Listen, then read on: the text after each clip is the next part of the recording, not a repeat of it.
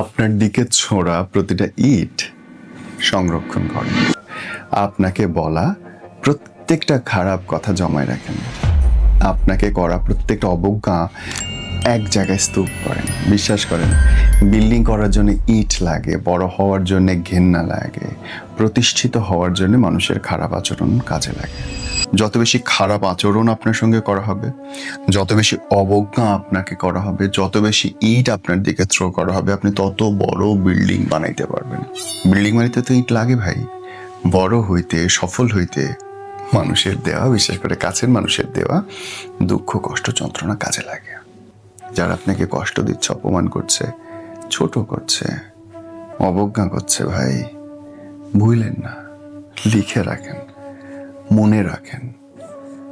ওই কষ্টগুলো কানের বাইরে যাইতে দিবেন না। সারাটাক্ষণ যেন আপনার মাথার মধ্যে বাজে কে আপনাকে নিয়ে কি